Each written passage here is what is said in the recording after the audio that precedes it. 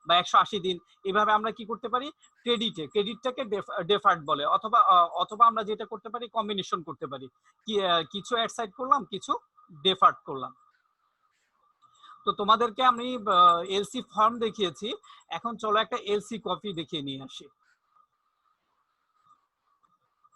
LC copy গুলো কিরকম হয়।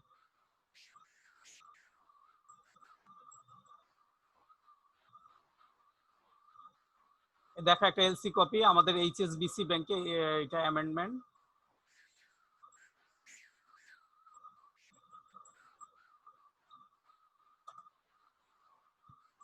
এই হচ্ছে এলসি কপি, এইচএসবিসির সাথে করা একটা এলসি।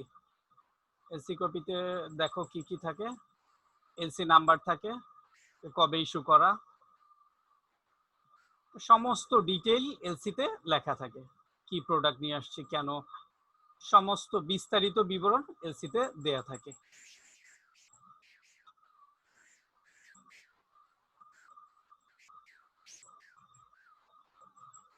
পরে এলসি নিয়ে আলোচনা করলে আমরা ডিটেল দেখাবো।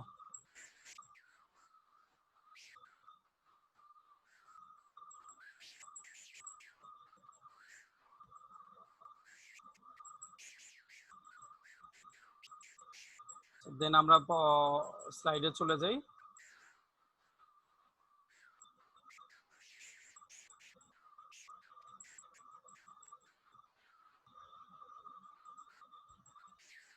স্লাইড গুলো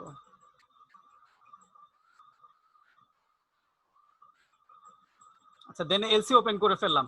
এলসি ওপেন করে ফেললে এলসি কপিটাও আমি তোমাদেরকে দেখিয়েছি। এইটা হচ্ছে দেন হচ্ছে মুদ্রার বিনিময় হার নির্ধারণ করা। মুদ্রার বিনিময় হার নির্ধারণ করে আমি ইম্পোর্টার বা তুমি ইম্পোর্টার, আর ওই পাশে যে আছে সে এক্সপোর্টার, আমার সাপ্লায়ার। তো যে আমাদের দুজনের পক্ষে আবার দুইটা ব্যাংক কাজ করে, আমার পক্ষে আমার ব্যাংক কাজ করছে, ওর পক্ষে ওর ব্যাংক কাজ করছে। এই দুই ব্যাংকই মূলত আমার কি করে, বিনিময় হারটা নির্ধারণ করে। বিনিময় হারটা আসলে ওইভাবে মার্কেটে যে এক্সিস্টিং এখন 84 কি 85, তো এইভাবে বিনিময় হারটা যেই রেট থাকে সেই অনুযায়ী এটা এলসিতে মেনশন করে দেয়া হয়, আর সেই অনুযায়ী পেমেন্ট করা হয়, যেন যেন এক্সপোর্টার ইম্পোর্টার কেউই ক্ষতিগ্রস্ত না হয়। সো বিনিময় হারটা ফ্ল্যাকচুয়েট করে, এই জন্য এটা নির্ধারিত থাকলে যেটা হয় হচ্ছে যে যেটা হচ্ছে যে একজন এটা অনেক যদি বেড়ে যায় সেক্ষেত্রে এক্সপোর্টার লাভবান হলো, কমে গেলে এক্সপোর্টার ক্ষতিগ্রস্ত হলো, ইম্পোর্টার লাভবান হলো। তো এই ক্ষেত্রে সবাই যেন মিউচুয়ালি বেনিফিটেড হয়, এই জন্য হারটা দুই ব্যাংক মিলে নির্ধারণ করে এবং আমাদেরকে এলসিতে স্পষ্ট করে লেখা থাকে। আচ্ছা, বিনিময় হার নির্ধারণ। এরপরে দেখো, এরপরে যেই পয়েন্টগুলো আছে সেগুলো হচ্ছে আমরা যখন বিনিময় হার নির্ধারণ করে ফেলি তখন যেটা হয় যে সাপ্লায়ার ওদের ওর পণ্য তৈরি করে রেখেছে, তো ওদের পণ্য তৈরি করা হয়ে গেলে তা আমরা যখন এলসি করে ফেলি তখন আমরা এলসি করার পরই যেটা করি সেটা হচ্ছে সাপ্লায়ারকে বলি যে ইয়ে প্লিজ, সাপ্লায়ারকে মেইল করি যে ম্যাটেরিয়ালের কি অবস্থা, ম্যাটেরিয়াল কি প্রিপেয়ার করেছো কিনা, ম্যাটেরিয়াল প্রিপেয়ার করেছো না কিনা, আমি এলসি দিয়েছি, তুমি তোমার ব্যাংকে খোঁজ নিয়ে দেখো এলসি পেয়েছো কিনা, আমাকে জানাও এলসি। সো এইভাবে একটা কমিউনিকেশন হয় সাপ্লায়ারের সাথে, ইম্পোর্টার এক্সপোর্টার একটা কমিউনিকেশন হয় যে আমি এলসি দিয়েছি, তুমি এলসি পেয়েছো কিনা আমাকে দ্রুত ইনফর্ম করো। তাহলে সে তার ব্যাংকে যোগাযোগ করে যদি এলসি পেয়ে থাকে দেন আমাকে বলি যে দ্রুত তুমি কি করো, ম্যাটেরিয়াল শিপমেন্ট করো, দ্রুত শিপমেন্ট করো, অর্থাৎ তোমার ম্যাটেরিয়াল হয়ে গেলে দ্রুত শিপমেন্ট করো, জাহাজে লোড করো, বিএল কপি দাও আমাকে। এটা টার্মস অনুযায়ী আমি যে এখানে ইনকো টার্মস আছে, ইন্টারন্যাশনাল চেম্বার অফ কমার্স কর্তৃক দেয়া একটা, এটা হচ্ছে ইনকো টার্মস, ইন্টারন্যাশনাল বাণিজ্যের ক্ষেত্রে ব্যবহৃত টার্মগুলো আছে। সেই টার্মগুলো যদি আমরা সিএফআর অর্থাৎ ওকে যদি পরিবহন কর সহ নেই তাহলে সেক্ষেত্রে কি করব, আমি ওকে বলবো যে বিএলটা দাও, বিএল দিলেই আমার হয়ে যাচ্ছে। তো বিএল দিলে ও যখন আমি সে আমরা ওকে যখন ইয়ে করতে থাকবো, তাগাদা দিতে থাকবো পণ্য লোডের জন্য, তো সেই ক্ষেত্রে ও যেটা করবে যে ও দ্রুত ওর যে শিপিং লাইন আছে শিপিং লাইনের সাথে যোগাযোগ করে পণ্য জাহাজে তুলবে। তো পণ্য জাহাজে তুলে দিলে যেটা হচ্ছে যে ওইখান থেকে সে একটা বিএল পাবে। আর সে যেই পণ্য তুলেছে আমাকে একটা প্রোফার্মা ইনভয়েস আগেই দিয়েছে। প্রোফার্মা ইনভয়েস তোমরা দেখেছো। তো প্রোফার্মা ইনভয়েস দেওয়ার পরে এরপরে সে আমাদেরকে অর্থাৎ অ্যাকচুয়ালি যেটা পাঠাচ্ছে কমার্শিয়াল ইনভয়েস এবং হচ্ছে bill of lading, country of origin অর্থাৎ কোত্থেকে প্রোডাক্টটা নেওয়া হয়েছে, কান্ট্রি অফ অরিজিন এবং হচ্ছে এই সমস্ত এই যে সে যে পণ্য একটা সংবাদ পাঠাবে হচ্ছে যে জাহাজে পণ্য উঠিয়েছে, এইটা আমাকে ওভারমেল কনফার্ম করবে। আর কি করবে, এই যে শিপিং ডকুমেন্টগুলো আমার ব্যাংকে পাঠিয়ে দিবে। এই দুইটা কাজ করবে। জাহাজে পণ্য প্রেরণের সংবাদ যখন আমি পেয়ে যাব তখন আমি ওকে বলবো যে জাহাজের ডকুমেন্টগুলো দাও। জাহাজের ডকুমেন্ট নিয়ে তোমাদের পরবর্তীতে বিস্তারিত আলোচনা হবে। আমি যখন যখন ওই জাহাজের অর্থাৎ ডকুমেন্টগুলো পড়াবো তখন বিস্তারিত এই বিষয়ে বলবো এবং প্র্যাকটিক্যালি যে আজকে যেভাবে দেখালাম ডকুমেন্টগুলো সেভাবে দেখিয়ে দিব। আচ্ছা, তো যে সে পণ্য জাহাজে আসছে আর শিপিং ডকুমেন্ট অর্থাৎ যেই ডকুমেন্টগুলো দিয়ে আমি ক্লিয়ার করব সেই ডকুমেন্টগুলো এক কপি আমার ব্যাংকে পাঠাবে আর এক কপি অর্থাৎ যে ইম্পোর্টার তাকে পাঠাবে, তার অফিসে পাঠাবে, ডিএইচএল এ চলে আসবে। ডিএইচএল এ সে যে পাঠিয়েছে এটার একটা ট্র্যাকিং নাম্বার দিবে। ট্র্যাকিং নাম্বার দিলে আমরা কি ট্র্যাক করে দেখবো যে কি অবস্থা, স্ট্যাটাস কি, আসতে কত সময় লাগবে। সেই অনুযায়ী আমি অর্থাৎ ইম্পোর্টারকে যে কাজটা করতে হবে তার সিএনএফ এজেন্টের সাথে কমিউনিকেশন করতে হবে। অর্থাৎ ক্লিয়ারিং অ্যান্ড ফরওয়ার্ডিং যে এজেন্ট, কোনো কোম্পানি অর্থাৎ বড় বড় কোম্পানিগুলো বসুন্ধরা গ্রুপ, বেক্সিমকো, এছাড়া প্রাণ আরএফএল, এদের নিজস্ব সিএনএফ থাকে। আর অন্যান্য ছোট ছোট ইম্পোর্টার, এটা ব্যক্তি হতে পারে, ব্যক্তি ইম্পোর্ট করতে পারে। তো তাদের ক্ষেত্রে যেগুলো হয় যে ক্লিয়ারিং অর্থাৎ ক্লিয়ারিং অ্যান্ড ফরওয়ার্ডিং এজেন্টের সাথে কমিউনিকেশন করতে হয়। আচ্ছা, এরপরে যেটা হচ্ছে যে বিলের অর্থ পরিশোধের বিষয়ের যেটা হচ্ছে যে ব্যাংকে আগে ডকুমেন্ট আসবে। ব্যাংকে ডকুমেন্ট আসলে ব্যাংক সবকিছু ইন্সপেকশন করে দেখবে proforma invoice, commercial invoice, CO, country of origin, এগুলো সব ঠিক আছে কিনা, বিএল ঠিক আছে কিনা। বিএল ট্র্যাকিং করে আমি দেখতে পারবো যে আমার শিপ কোথায় আছে, আসতে কত সময় লাগবে। সেই মাফিক কি করতে হবে, একটা প্রস্তুতি নিতে হবে। অর্থাৎ আমি এইখান থেকে যেন আসলে উইদাউট ডিলে, অর্থাৎ এসে শিপ এসে বন্দরে পড়ে থাকলে আমাকে কিন্তু ড্যামারেজ দিতে হবে, কোম্পানিকে প্রচুর ড্যামারেজ দিতে হবে কিন্তু। তো সেক্ষেত্রে একটা অ্যাডভান্স প্রিপারেশন নিয়ে রাখতে হয়। আনুষ্ঠানিকতা অর্থাৎ বিল পরিশোধের ক্ষেত্রে যেটা ব্যাংকে যে কাগজগুলো আসবে, অরিজিনাল ডকুমেন্টগুলো আসবে, ব্যাংকে কি করবে সেই ডকুমেন্টগুলো অথরাইজ করে কোম্পানিকে অর্থাৎ যে ইম্পোর্টার আছে তাকে পাঠিয়ে দিবে। আচ্ছা, ইম্পোর্টার পাঠিয়ে দিলে এটা যদি অ্যাট সাইড পেমেন্ট হয় তো তখন ব্যাংক চাইলে পেমেন্ট করে দিতে পারে। তো এরপরে যদি এটা ডেফার্ড হয় তাহলে সেক্ষেত্রে 3 মাস 6 মাস এইভাবে কি করা হয়, বিল পরিশোধের পরিশোধ করা হয়। এটা সাপ্লায়ারের সাথে কন্ট্রাক্ট বা এগ্রিমেন্ট অনুযায়ী হয়ে থাকে। এরপরে যে পয়েন্টটা আছে শুল্ক সংক্রান্ত আনুষ্ঠানিকতা। তো যখন আমি কাগজ পেয়ে গেলাম এবং হচ্ছে অরিজিনাল ডকুমেন্ট পেয়ে গেলাম তখন আমাকে যেটা করতে হবে বা ইম্পোর্টারকে যেটা করতে হবে, এই ডকুমেন্টগুলো এই কাস্টমসে দেখিয়ে পণ্য ক্লিয়ার করতে হবে। তাহলে কি করতে হবে, এই ডকুমেন্টগুলো অর্থাৎ এই ডকুমেন্টের গুলোর মধ্যে থাকবে প্রোফার্মা ইনভয়েস থাকবে, ব্যাংকের এক্সচেঞ্জ রেটের ব্যাংকের অথরাইজেশন থাকবে, এক্সচেঞ্জ রেটের কপি থাকবে এবং হচ্ছে যেটা এবং হচ্ছে proforma invoice, commercial invoice, country of origin, LC copy, insurance copy, এই সমস্ত কিছু কি করতে হবে, সিএনএফ এজেন্টের কাছে এগুলো পাঠিয়ে দিতে হবে। সিএনএফ এজেন্ট এর আগে যেই কাজগুলো করে, জাহাজ যখনই আমাদের সাগর অর্থাৎ আমাদের সমুদ্র সীমার মধ্যে আসে তখনই তারা হচ্ছে কাস্টমসে একটা আইজিএম, এটা হচ্ছে একটা আইজিএম ঘোষণা করে, অর্থাৎ কাস্টমসকে ইনফর্ম করে যে আমরা এখানে পোর্টে তোমাদের জেটিতে আসতে যাচ্ছি, এই পণ্য আছে, এই কোম্পানির পণ্য আছে। এভাবে তারা একটা ম্যানিফেস্টো দেয়। তো ম্যানিফেস্টো দিলে যেটা হচ্ছে ওই এবং সিএনএফ কে আমরা যখন কাগজ দেই তখন সিএনএফ ওইভাবে যোগাযোগ করলে যোগাযোগ করে ওইখানে যেটা হয় যে একটা ডিউটি অর্থাৎ বন্দরের শুল্ক অর্থাৎ আমরা যে পণ্যটা নিয়ে আসলাম কি করতে হয় বন্দরকে শুল্ক দিতে হয় শুল্কের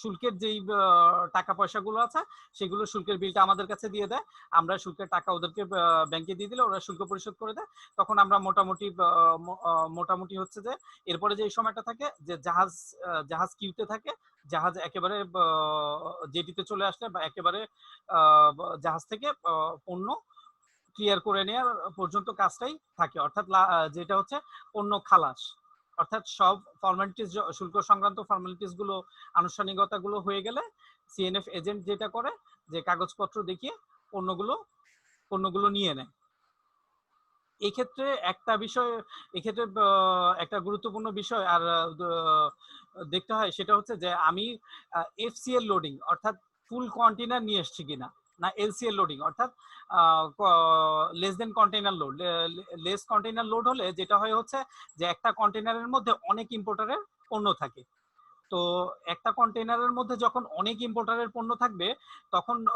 তখন যেটা হয় যে এই কন্টেনারটা সব ইম্পোর্টারগুলোকে একসাথে আসতে হয় অর্থাৎ ইম্পোর্টারগুলো অথবা ইম্পোর্টারগুলোর সিএনএফ এজেন্ট একসাথে আসলে তখন তাদের সামনে এটা ওপেন করা হয় এবং হচ্ছে তারা তাদের কাগজ অনুযায়ী পণ্য বুঝে নেয় এইটা একটু সময় সাপেক্ষ আর যদি এফসিএল হয় ফুল কন্টেনার লোড তখন যেটা হয় যে খুব দ্রুত পণ্য নিয়ে এটা ফ্যাক্টরিতে ডেলিভার করা হয় এবং পণ্য আমি চিটাং পোর্ট থেকে নিলাম তো নেওয়ার পরে যেটা হচ্ছে যে তখন আবার ট্রান্সপোর্টেশনের ব্যবস্থা করতে হয় এইখানেও একটা ব্যাপার যে কোম্পানির নিজস্ব ট্রান্সপোর্টেশন থাকতে পারে অথবা যেটা হয় যে ট্রান্সপোর্টেশন ভাড়া করে নেওয়া যেতে পারে ট্রান্সপোর্টেশনে করে কি করা হয় পণ্য ফ্যাক্টরিতে নিয়ে আসা হয় এবং এইভাবে কি হয় একটা থ্রিলিং অর্থাৎ চ্যালেঞ্জিং একটা পার্ট ইম্পোর্ট যে প্রক্রিয়া এটা লেনদেনের পরিসমাপ্তি ঘটে